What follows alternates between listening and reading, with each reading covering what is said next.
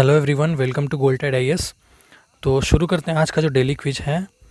तो daily quiz में हमारा जो पहला क्वेश्चन है वो है कि यूरोप के लिए संयुक्त राष्ट्र आर्थिक आयोग यानी कि यूएनईसी के संबंध में निम्नलिखित कथनों पर विचार करें। तो यूएनईसी के समान हमारे पास एशिया क्षेत्र के लिए एशिया और प्रशांत के लिए आर्थिक और सामाजिक आयोग यानी कि ESCAP है। इसमें दूसरा कथन ये दिया हुआ है कि दोनों को संयुक्त राष्ट्र आर्थिक और सामाजिक परिषद यानी कि ECOSOC द्वारा स्थापित किया गया है।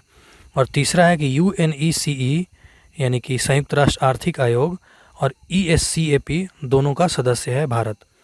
तो सही कथन चुनना है आपको, केवल एक और दो, केवल 2 और 3, 1, 2 और 3 तीनों सही है। तो इसका आंसर अगर आपको पता है तो कमेंट कीजिए। मैं इसका बता दूं कि इस वीडियो के डिस्क्रिप्शन में एक लिंक दिया हुआ है जिसको खोल के आप गोल्टेड आईएएस के हिंदी वेबसाइट से डेली क्विज सॉल्व कर लिया कीजिए, जो कि प्रीलिम्स के लिए काफ़ी इंपॉर्टेंट है। और तो इसका जो सही उत्तर हो जाएगा वो हो जाएगा ऑप्शन बी, यानी कि A एंड B दोनों सही हैं। क्योंकि जो भारत है वो UNECE या फिर ESCAP का सदस्य नहीं है। आप यहाँ पे देख सकते हैं the United nation economic commission for Europe was setup in 1947 by ECOSOC और इसी के अंडर आता है आपका ESCAP।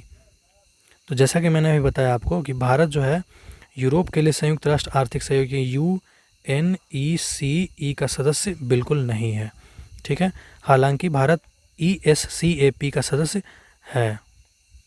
दूसरा जो हमारा वो क्वेश्चन है वो एक demand driven electricity network initiative यानी 3DEN पावर सिस्टम आधुनिकीकरण पर प्रगति में तेज़ी लाने और हाल ही में शुरू किए डिमांड साइड संसाधनों के प्रभावी उपयोग के लिए एक नई परियोजना है।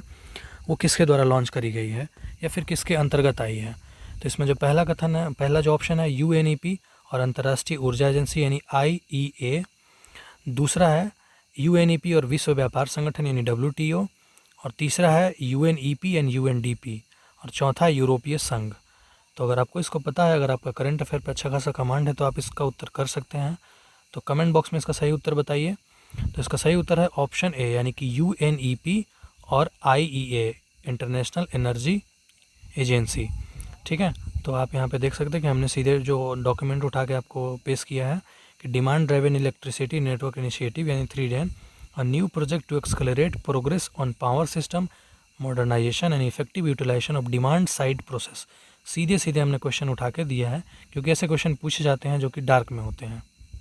नेक्स्ट जो हमारा क्वेश्चन है वो है कि एक क्षेत्र के बारे में बताना है। यह क्षेत्र है कि भारत में 150 स्ट्रोबिलेंथस प्रजातियों में से 99% का घर है और इस जीनस के लिए हॉटस्पॉट माना जाता है। और इसमें नील कुरुंजी का फूल भी शामिल है जिसके बारे में कहा जाता है कि यह 12 साल में एक बार खिलता है। तो ये क्षेत्र कौन सा है आपको बताने हैं कि ये सब खूबियाँ हैं वो किस क्षेत्र के अंतर्गत आएगी। पहला है कि उत्तर पूर्व भारत, पश्चिम घाट, हिमालय, अंडमान निकोबार। तो अगर आपको इसका उत्तर पता है तो कमेंट ज़रूर कीजिए। अगर इस वीडियो में कोई चीज़ आपको लगता है कि किसी और चीज़ को ऐड करना चाहिए तो आप इसको ज़रूर से ज़रूर बताइए। और अगर वीडियो किसी कारण अगर आपका एक दिन का मिस होता है तो हम उसको कवर कर लेंगे। और इस वीडियो के डिस्क्रिप्शन में एक लिंक दिया हुआ है जिसको खोल के आप गोल्टेड आईएएस की हिंदी वेबसाइट से ज़रूर आप क्विज सॉल्व कीजिए। तो आइए जानते हैं इसका सही उत्तर। तो इसका सही उत्तर हो जाएगा ऑप्शन बी। आप यहाँ पे देख सकते हैं कि नील किरुंजी का फूल है जो कि पश्चिम घाट में होता है और ये जो है वो फूल जो है 12 साल में एक बार खिलता है। तो ये बहुत ही रोचक और खूबसूरती वाली बात है। और ये स्पेसीज डाइवर्सिटी के अंदर आता है स्ट्रोबिलेंथस फ्लावरिंग प्लांट, ठीक है। तो फिर नेक्स्ट क्वेश्चन देखते हैं।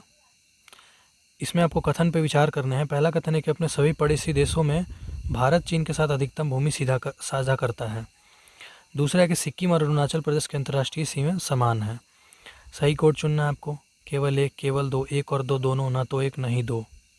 तो आप आसानी से इस पहला कथन जो है बिल्कुल गलत कर सकते हैं क्योंकि आपको पता होगा कि भारत जो है अंतर्राष्ट्रीय सीमा सबसे ज़्यादा बांग्लादेश के साथ शेयर करती है, ठीक है। तो ये चीन बिल्कुल गलत हो जाएगा। तो यानी कि ऑप्शन बी सही है।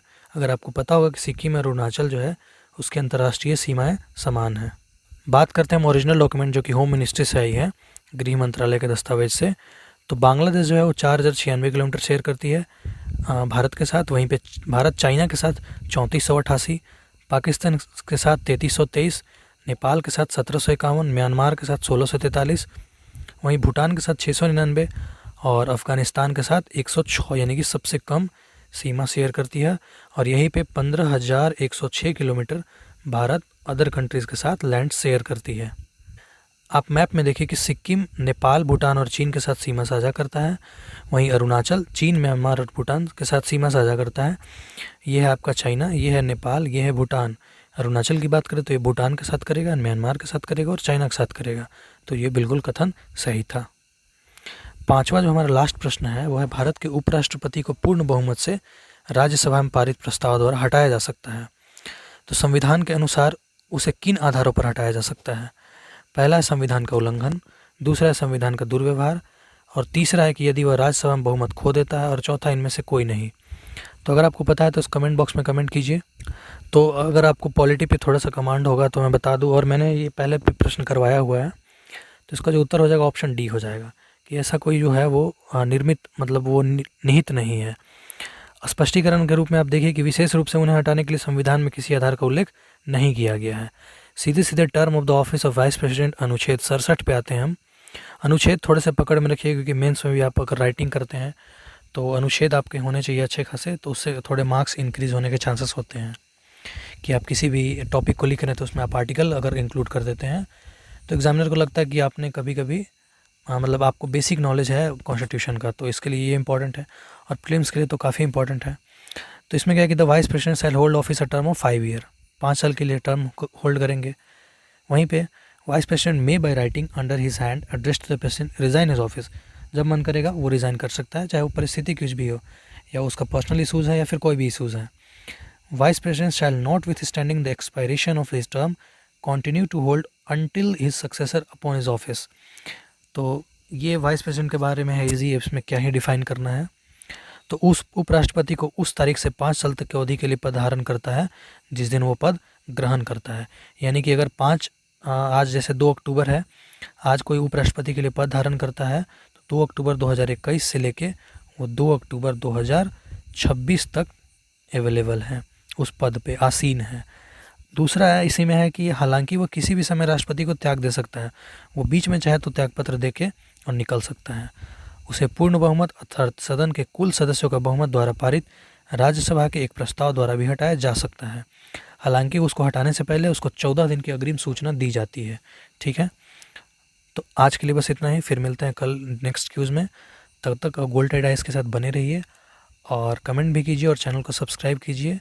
टेलीग्राम से भी जुड़िए, लिंक दिया हुआ डिस्क्रिप्शन में। तब तक के लिए धन्यवाद।